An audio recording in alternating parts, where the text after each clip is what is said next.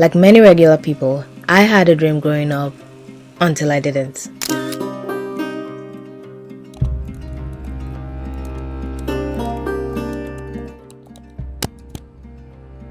Think of somebody who had a dream growing up, somebody you know. Somebody who maybe wanted to marry and have kids by 25 and now they're 28 but they don't have a boyfriend. I never thought I was going to be one of those people. I was so sure that my dreams were going to become reality, especially my dream of becoming a doctor. So before I even got into university, I had already picked a name for my hospital and said I was going to specialize in cardiology long before I got into the university. Thankfully, I was doing really well in school, and so before you knew it, some of my relatives already started to call me Dr. Ima. Oh, where's our doctor? How's our doctor? Of course, my parents supported me in every way they could because, which parents wouldn't be proud to know that their daughter wants to be a doctor? On her own, she chose to be a doctor. Nobody influenced her. Maybe there wasn't, I don't know, but I just chose to be a doctor. Now, the usual path for anyone who wants to become a doctor in Nigeria is to be a science student in a secondary school, score above average in the UTME exams, and then pray to get admission to a good school that has medicine and surgery accredited. Okay, at this point, I'm not going to deny that there are exceptions to every rule, and even though this is not a rule, yes, there are people who don't exactly have very remarkable scores, but still end up going to study medicine or whatever course they want to study in some schools. By this time, I already knew that I was not going to attend some schools. I was going to attend a public school. And so I needed to do really well to stand a chance. And I tried. I promised, but my results came out and it was actually above average, but it was, there were people who did way better than I did.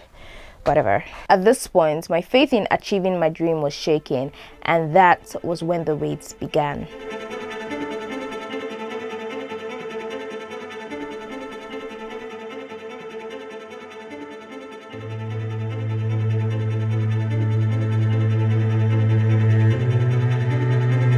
After waiting for about 3 months, I started to feel like medicine probably wasn't for me, and it wasn't because of my score. I just started to feel like God probably didn't want me there. And now it's not like God came and spoke to me or anything. I just felt it. I just felt like I wasn't heading towards becoming a doctor anymore. But I also did not know where I was heading. So the only thing I could do was pray. And so I just asked God to please give me the course He wanted me to study. Like, I was not even asking Him to tell me which course, just give me the admission because I don't want to stay at home anymore. At this time, some of my classmates had already started gaining admission to the schools they applied to study the courses they wanted or courses close to what they wanted. And I wasn't exactly comparing myself to them. I was actually fine, but I wasn't fine because I was at home. I'd been in a boarding school all those years leading up to that time, and I just couldn't stay at home. People said I could change my preferred course to anatomy or physiology or microbiology so that I could re-enter school after 4 years to start medicine.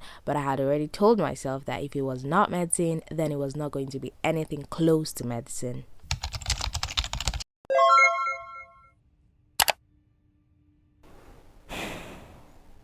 Only a few things in my life have shocked me more than that admission. It felt like heartbreak. For somebody who had never been heartbroken before, that was probably my first experience with it. I wanted to vanish. I was like, God, no. This was not the agreement. This wasn't it. Well, I know that there was no agreement, and I was the one that asked God to give me His way. But I did not ask Him to just carry anything and throw at me. Like, nah, this is not how we roll in the kingdom, you know? My desperation to leave the house was more than my hatred for the course. So, as you guessed, I accepted the admission.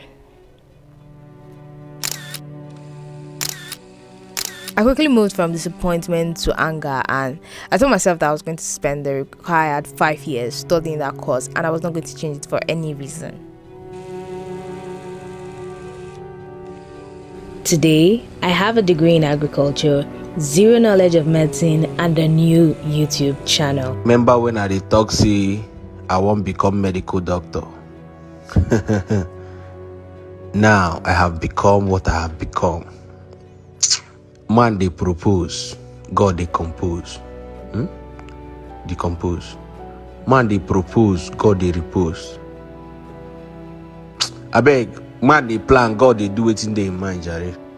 As you can see, what I am doing now is far from any of the two paths that I should have been on, and I never would have imagined myself becoming a filmmaker, especially at this time.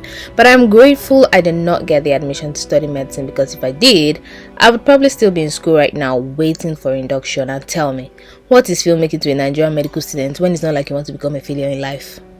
At some point, I started to wonder if this whole filmmaking and YouTube thing is really for me, because I was barely noticing any growth, even with all the improvements that I was making.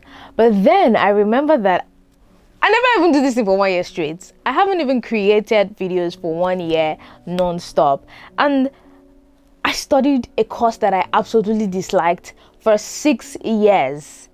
6 years. Something that probably took more from me than it gave to me. And so that was some sort of motivation that I needed to continue creating, to keep sharing, because unlike my course, storytelling is something I actually love. And so I should see the rewards as more of a compensation and less of the motivation that I need to keep going. Because if not by motivation, I for no they do this video, to be honest. Now I can't say YouTube is my goal or this is where I see myself in the next 5 years, because bro, the only place I see myself in the next 5 years is in God's hands.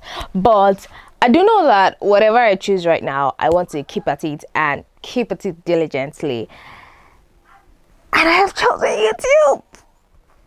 So please subscribe to my channel. That was very cringe. God, I've probably messed this up already. But please subscribe to my channel.